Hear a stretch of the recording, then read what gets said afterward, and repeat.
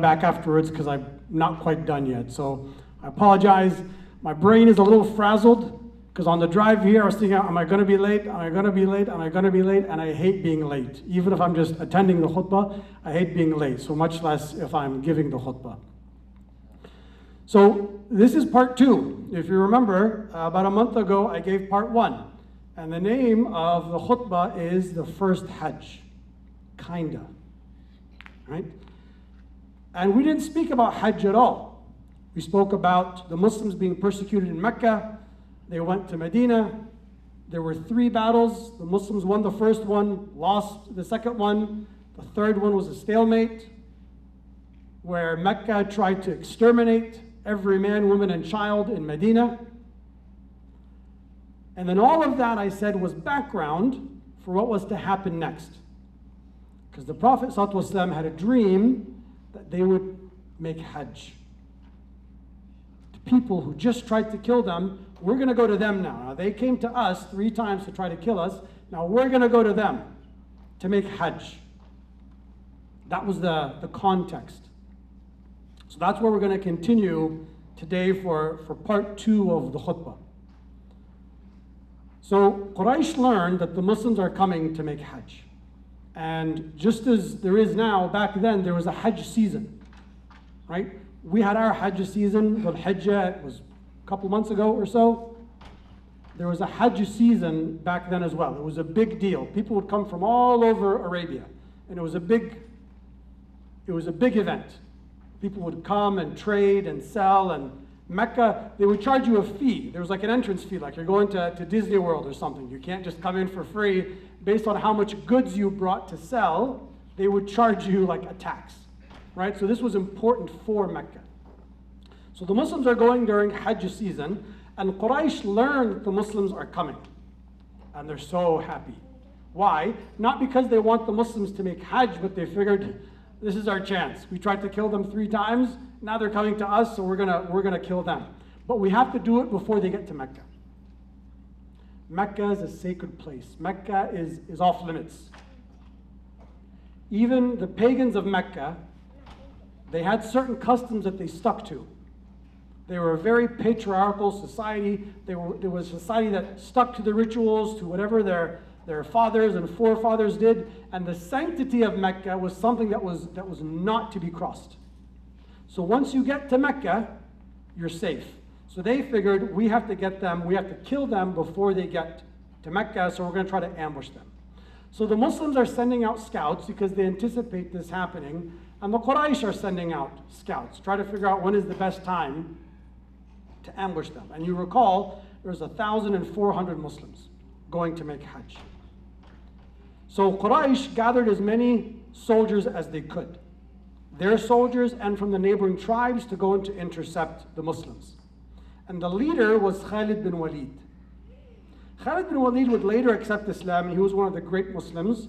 Remember in the Battle of Uhud, the mountain, there was a group waiting for the archers to come down, and they came down, there was a group that came from behind. That was Khalid bin Walid's group. He was a smart man, right? So now he's leading this army. And the scouts, they see the Muslims during Dhuhr prayer. You guys know what it looks like when we pray. There's an imam. We stand in rows, one behind the other, and they put their weapons down. And so the scouts went back to Khalid bin Walid and say, we have the perfect idea. When they're praying, they're unarmed. And they're standing in rows.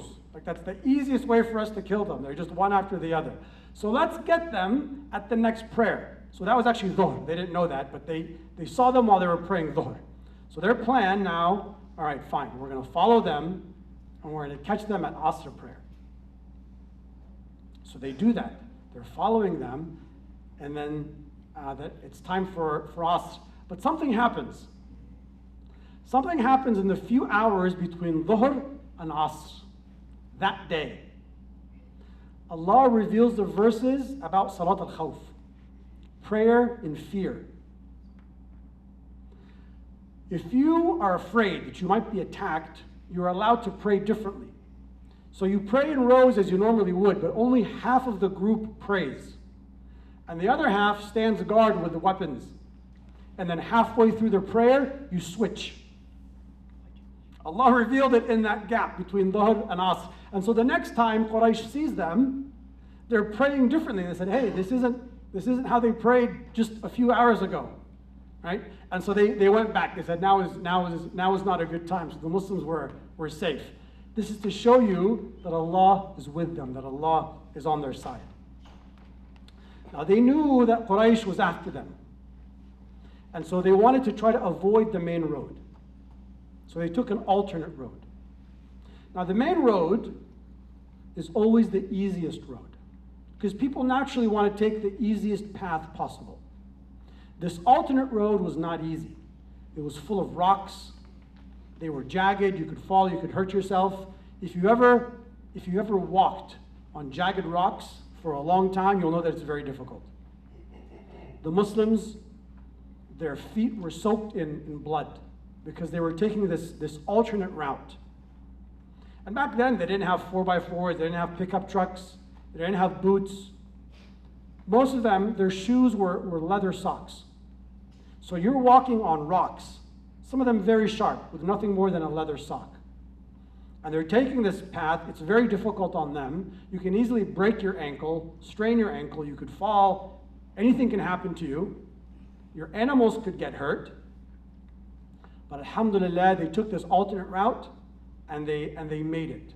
They made it to Hudaybiyah. Hudaybiyah is an area just outside of Mecca. So it's a well-known area. It's in the outskirts of Mecca, but it's part of Mecca. It's part of the safe zone. So they get there, they're exhausted, their feet are bloody and injured, and their animals are tired, but alhamdulillah, we're safe now, right? We made it to Mecca. They tried to intercept us on the way here. Allah was with us.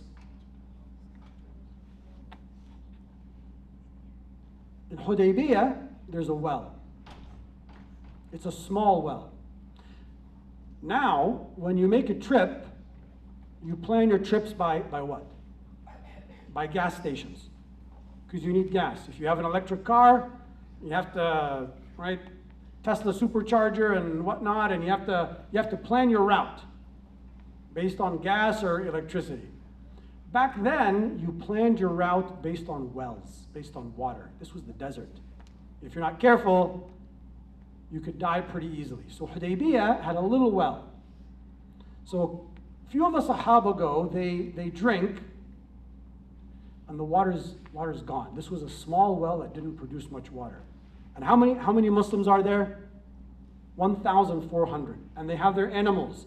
All of them need to drink. And a small handful drank, and the water's gone. So what happens? The Prophet ﷺ makes wudu with whatever water there was. Oftentimes you just wet your hand. It's not even enough to scoop it up. You just put your hand on the wet sand, right? And he made wudu and he made dua. What happens? A few minutes later, this well is overflowing with water. Subhanallah, right? So he saved them with Salat al-Khawf, prayer in fear, where you can pray differently. You make it to Mecca. There's a small well. Now it's a big well, right? Their iman is really high. They're feeling really good about themselves. Clearly Allah is with them. Allah is protecting them. And then, right, the Muslims are feeling really good. Out of nowhere, the Prophet ﷺ says, by the one who holds my soul in his hand, they will not ask me for anything that does not violate the sanctity of Allah, except that I will give it to them. What is he talking about? There's no context. You know, usually when the Prophet ﷺ, when he's teaching the companions something, there's context, and he's an eloquent man. He explains it very well. There was no explanation. It's just out of nowhere.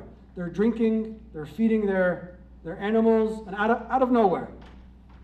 If they ask me for anything that doesn't violate the sanctity of Allah, I'll give it to them. Who's them? Who's he talking about? Is he talking about Quraysh? All they've wanted to do is kill you. They haven't asked you for anything. Was this revelation? Was this wisdom from him? We don't know. The Prophet ﷺ, though, knew that a negotiation was coming. Right? There's going to be a negotiation with Quraysh coming. And what he's saying is, as long as they don't ask me for something that's haram, I'll give it to them. That's what he says. Now, the Quraysh, what little dignity they have left, they said, we have to get rid of the Muslims. Remember, they fled Mecca. They're in Medina. They couldn't kill them. They had 3 battles. These tiny Muslims, these riffraff, and the great tribe of Quraysh were unable to get rid of the Muslims. They lost, and then they won, and then it was a stalemate. And each time this happens, Quraysh loses some of its prestige. It's a slap on their face. They have just very little left. So what do? They say, you know what? Let's try to get rid of these Muslims. One last time. There's a problem. They're in Mecca. They're in the safe zone. So they send 80 guys with masks around their face. 80 against 1,400. They said, look, you don't even have to kill them all. Just cause a commotion, get people panicking. Maybe some of them will leave. They'll run away. They'll turn back. We don't know. You don't have to get all of them. Just create enough commotion that they leave. And they're wearing masks. Well, what if they see us? Well, we didn't do it. Did you see them? No, they were wearing masks. It wasn't us, guys. Right? Quraysh has a way out. It wasn't us. This area has lots of bandits. Maybe it was one of the bandits. Did you see any of them? No, we didn't see them. It wasn't us. So they send these 80 guys, their people, as well as from the neighboring tribes, with masks around their face. What happens when they get to the Muslims? The Muslims captured them. SubhanAllah, the Muslims were able to capture them. And what do? Now, this is self-defense. You came here trying to ambush us. You've already tried to kill us numerous times. The Muslims would have been well within their rights to kill them had they wanted. But Allah brought down a verse. He says, He's the one who stopped their hands from reaching you and who stopped your hands from reaching them in the heart of Mecca. They didn't harm any of them. They just took their weapons and they sent them back unmasked to Mecca. Quraysh was humiliated yet again because now people know you tried to harm the Muslims in the neutral zone. The Quraysh now, they're livid. They're livid. They're so embarrassed.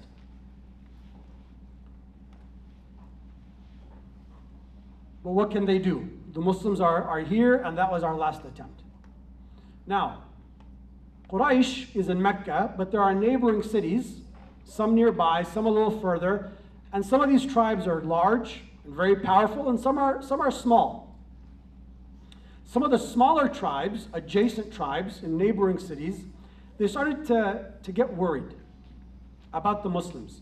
They were thinking to themselves, Quraysh, this very powerful tribe, was not able to get rid of the Muslims. What are we going to do? Us little small tribe, right? What can we do to defend ourselves? So there were 2 different tribes that sent 2 different men on 2 different occasions to negotiate with the Muslims, right? So one tribe sends someone to negotiate, and they tell them, Quraysh is not going to let you make Hajj. They said, look, we're not here to cause problems. They're the ones who attacked us. This is Hajj season. We're here to make Hajj like everybody else. They're not going to let you make Hajj. That's not our problem. And they leave. Another guy comes, right? So now this is the second negotiation. And this guy, his name is Urwa. He's from Ta'if. Ta'if is a city that's not too far from Mecca. They have very close relations. Urwa is one of the elites of Ta'if. He's a very powerful man, very influential, very wealthy. And he tries to negotiate with the Muslims. It doesn't work. He goes back to the people of Quraysh and he tells them, right, leaders of Quraysh, people, I have been an ambassador to kings in the world, right? So this is Urwa from Ta'if talking to the people of Mecca now, to the elites of Mecca. I have been an ambassador to the kings of the world, the king of Rome and Persia, and the Abyssinian king. Right? This is a man who's well-traveled, well-educated. I swear, I have never seen a king honored by his followers the way Muhammad's followers honor him. Right? And now what's coming is poetic exaggeration. You know that the Arabs were a very poetic people. Sometimes you exaggerate a little bit. He says, even if this man were to spit, it would not touch the ground. It would land in one of his followers' hands. Again, it's poetic exaggeration. And if a drop of sweat fell from his face, they would catch it with their hands. When he commands something, they compete to see who will do it first. When he makes wudu, it's like they are going to kill each other to catch the water. And when he speaks, they humble their voices before him. And none of them raise their eyebrows or bulge their eyes out of disrespect for him. He's making a good offer. Take it. Right? So this is one of the elites of Ta'if talking to Mecca about the Muslims and how they honor the Prophet. Right? These guys aren't going to back down, Quraysh. Take their offer. Let them make Hajj. Quraysh didn't like this. So what did they say? How can you say this to us, Urwa? We respect you. Right? They didn't like what they heard. If anyone else had said this, we would have dealt with him differently. There's no way he is making Hajj this year, but maybe next year. Maybe next year. This was a group that the year before, they wanted to exterminate the Muslims. And they tried to kill them on the way to Mecca. And then they tried to kill them when they got to Mecca. And now, maybe next year. Right? Their resolve is starting to break. Before it was no way, no Hajj. Now it's maybe next year. So that was 2 negotiations, right? From the neighboring tribes, 2 negotiations. The Muslims said, you know what, maybe we should send someone to negotiate with them. Right? 2 tribes came to negotiate with us. Let's send someone to negotiate with them. Who should we send? They said, let's send a Muslim of Medina. Let's not send someone who was originally from Mecca, because they're seen as traitors by the people of Mecca. You left the ways of your forefathers, you're a Muslim now, they're seen as traitors. So let's send a Muslim who was always from Medina. So yeah, it's a neutral party, there's no animosity there. To me that sounds pretty good. Makes sense, it's logical. Let's keep our hopes up. So they send someone to negotiate. Quraysh beat them up and send them back. Should have gotten your hopes up, that was your fault. It didn't work, no negotiations took place. Right, so that was the 3rd negotiation. So now, somebody else comes to negotiate from one of the neighboring tribes of Mecca. This is now the 4th negotiation. This gentleman was the leader of Bani Kinana, neighboring city, neighboring tribe, and this tribe was known as a particularly religious tribe, and its leader was known as a very devout and pious man. He was a pagan, but he was devout in his own way, right? He went and he saw the Muslims. He saw how they were interacting with each other. He saw that they had prepared the animals for sacrifice, and that's a big part of the Hajj. A big part of the rituals is the animals and the grooming of the animals, and he saw that they were taking good care of the animals, and he saw how eager they were to make Hajj. And remember, he's a religious man, and he was thinking, wow, these people are really pious. They worship differently than I do, but these people are really pious. And that impressed him. That impressed him. So he went to the people of Quraysh, and he told them, you should let them make Hajj. These Muslims are pious people. This is not what Mecca wants to hear. They hate the Muslims. They're pious people. Just let them make Hajj. Right? They came all this way. Everybody else is here to make Hajj. Let them make Hajj too. Quraysh didn't like this, obviously. They said, be quiet, you're just a Bedouin. Right? They insulted him, they dismissed him. He was a leader, this is a leader of a tribe. And this tribe has an alliance with Quraysh. And so he responds, this is not what we aligned with. Right? You are the keepers of the Kaaba. It's not your right to deny people Hajj. You don't get to decide who makes Hajj and who doesn't make Hajj. They're here, They don't intend you harm, you should let them make Hajj. And so he was upset, and so he broke their alliance. He said, if you do not let Muhammad make Hajj, I will get all the neighboring tribes to disassociate from you. Right? I'm going to get them to break their alliances with you. Alliances were very important back then. Quraysh didn't care. Right? They just said, you're a dumb Bedouin, get out of here. So he left. So that was what? How many negotiations was that? That was 4 negotiations. 2 from the neighboring tribes. The Muslims sent one, he got beat up, and then this pious guy. Right? So that's 4 negotiations. So the Muslims sent somebody else. This is number 5 now. Who can we send? He said, let's send a Muslim of Mecca. The Muslim of Medina plan didn't work. Let's send someone of Mecca. Okay? Who can we send that's not going to get beat up? So they said to Omar, let's send Omar. No one's going to beat him up. Now Omar is a smart man. Omar said, Ya Rasulullah, if you want me to go, I'll do it. But I suggest that you send Uthman. Remember Uthman, the 3rd Khalifa, Uthman ibn Affan. Why Uthman? Uthman is the nephew of Abu Sufyan. Who's Abu Sufyan? He's basically now the governor of Mecca. Abu Sufyan was one of the leaders, one of the big leaders of Mecca. Many of the other big leaders died in previous battles, and so Sufyan was he was the only one left, right? So Sufyan is now the most powerful man in Mecca, and Uthman is his nephew. So he said, let's send Uthman, right? So that sounds like a good plan to me. So they send Uthman, and Uthman meets with Abu Sufyan, and he says, I will not allow anyone in Arabia to say we gave you an inch.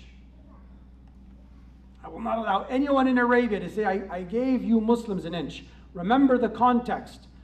Quraysh has been humiliated over and over and over and over again by the Muslims. And Quraysh, their pride is all they have. Their reputation is all they have. They have just a shred of pride left. And if we let the Muslims make Hajj this year, we will have no pride left. So he doesn't let them. Now, some time passes, and I see that we're getting close to running out of time. I don't want to have a part 3, so I'm going to try to accelerate here. Some time passes. We're not sure exactly how much time, whether it's a few hours or a few days, but some time passes. The Muslims start to worry. Where's Uthman? He hasn't come back yet. And a rumor begins to spread that Uthman was murdered. And they were mad. We came here in peace to make Hajj, and you killed one of our own. And so Sayyidina Jibreel comes down to the Prophet ﷺ, and he says, take a bay'ah, take an oath, take a pledge by the Muslims. And all 1,400 Sahaba made an oath to avenge Uthman if he had been killed.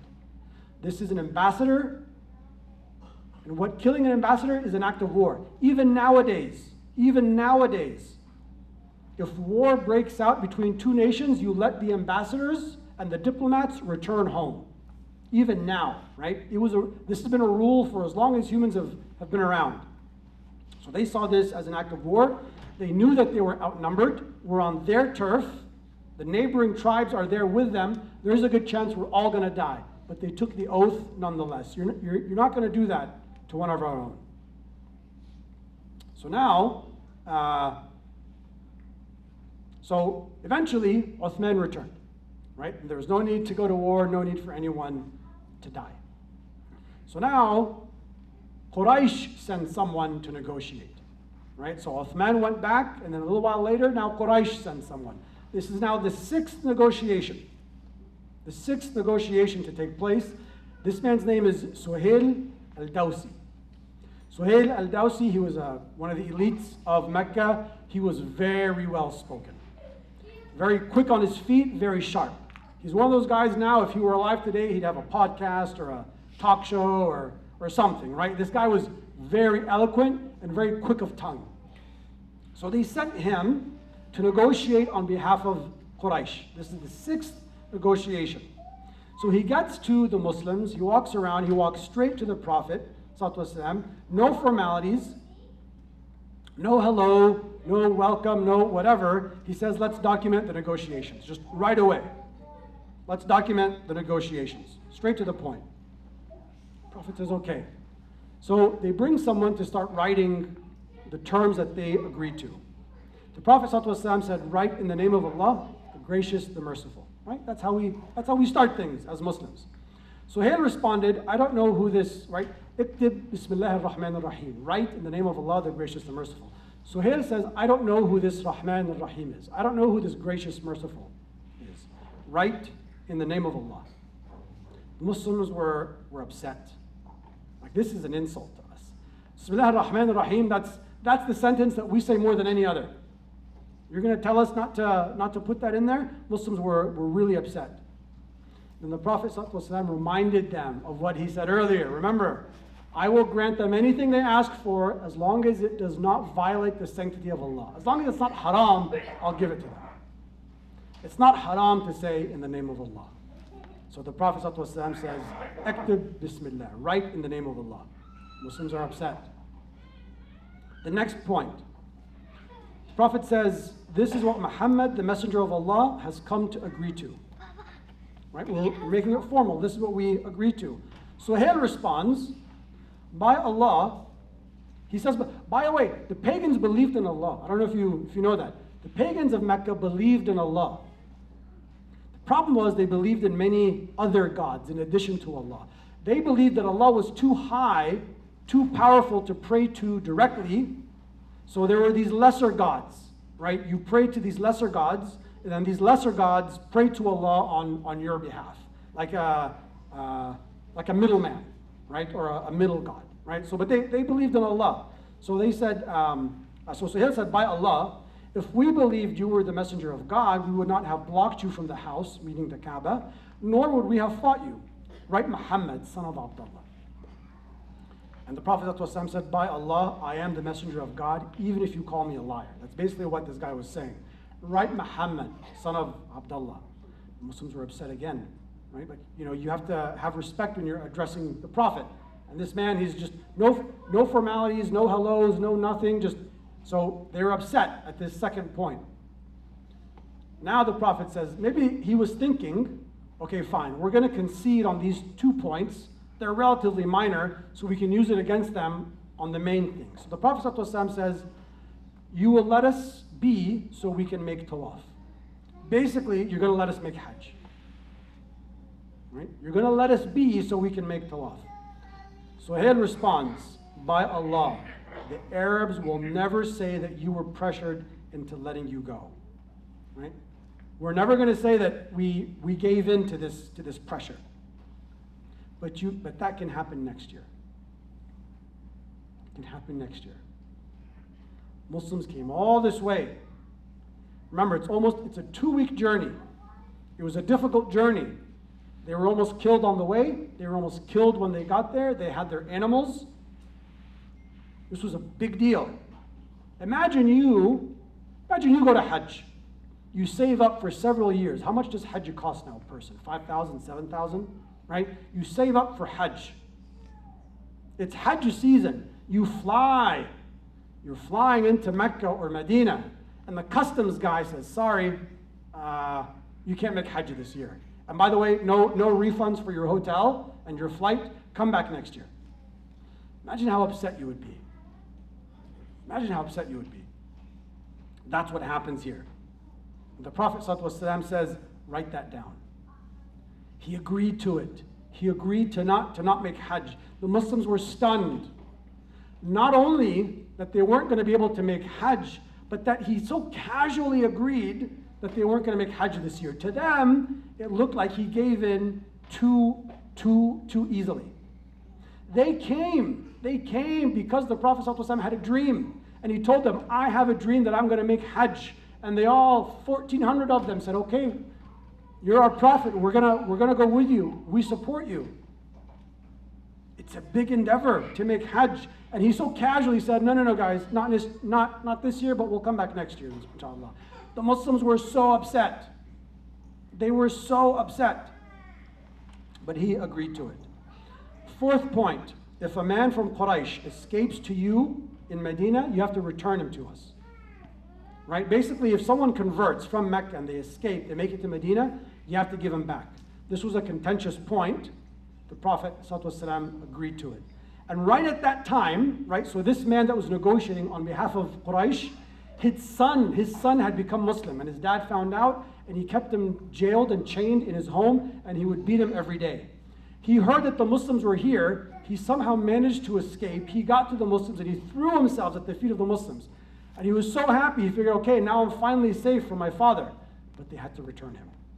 The Muslims were really upset at this. The last major point, again, because I'm already over time and I don't want to have a part 3, was that there was a truce for 10 years. There's going to be a truce between Mecca and the Muslims for 10 years. Nobody attacks anybody else.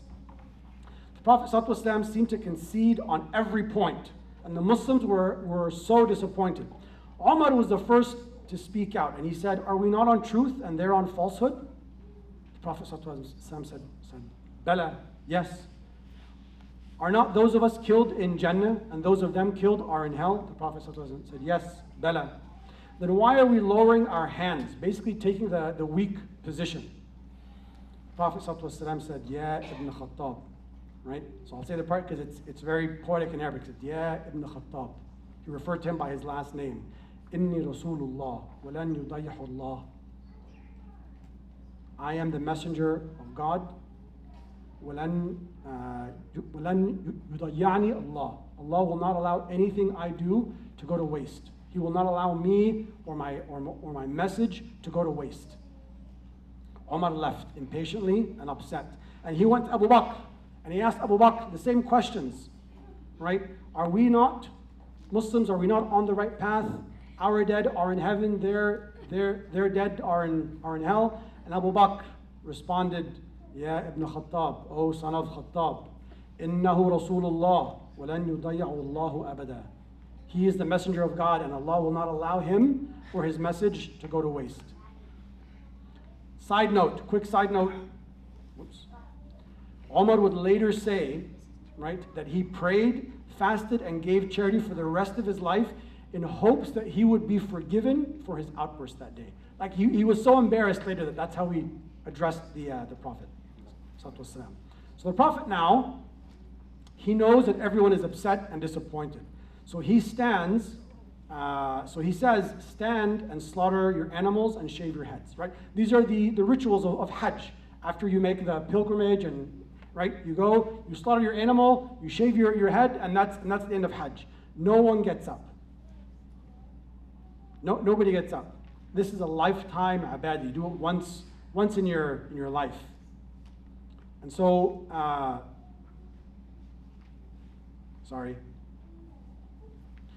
they had made dua, Ya Allah, show us what our rituals are. They didn't know how do we make Hajj?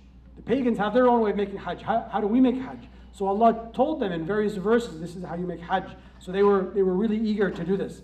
The Prophet ﷺ said it again, stand and slaughter the animals and shave your heads. Nobody got up. Remember, these are the people that when the Prophet ﷺ would command them with something, they would compete to see who would do it the quickest. Nobody got up. He asked a third time, and nobody got up. They were upset and disappointed, but you can imagine how the Prophet ﷺ feels. So he got up, and he went to his tent. And who was there? His wife, Salama. He tells her what happens. He tells her that they're devastated, but she could tell that he was also devastated. So she comforts him, right? And these were people, the Sahaba, these were the Prophet's, like, that was his treasure, his companions. And for the first time, he feels that he let them down. So Salama says, don't talk to anyone. Don't say anything. You already asked them 3 times, don't ask them a 4th time. She says, you go out, right? You go out. She says, Ya Nabiullah, as if to remind him, you are indeed the messenger of God. Don't be down. اذهبوا ذلك. أتحب ذلك? Right? Do you want that? Do you want them to listen to you and do what you say? She said, أخرج ثم لا تكلموا أحدا منهم كلمة. Go out and do not speak to a word to any of them. Go and slaughter your animal, and then call your barber and shave your head. And so he did, right? He set an example. And when they saw him doing that, right, eventually the Sahaba got up, they slaughtered their animals, and then they all shaved their head. They did it reluctantly. They were still upset, but they did it. Right? They followed his example. And by the way, the meat that was slaughtered, they left most of it for the people of Mecca. Right? Just to show them even more, we are pious people. This is what you did to us. So all of that meat, it was the people of Mecca that benefited. Supplicate to Allah to forgive your sins.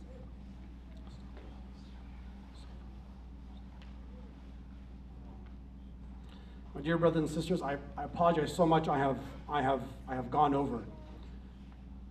All of this was background to what I'm about to tell you now, right? So remember, the battles were all the background to them trying to make Hajj, and now the Hajj and everything they went through is background to what I'm about to tell you now. People sacrificed for you and me to have Islam.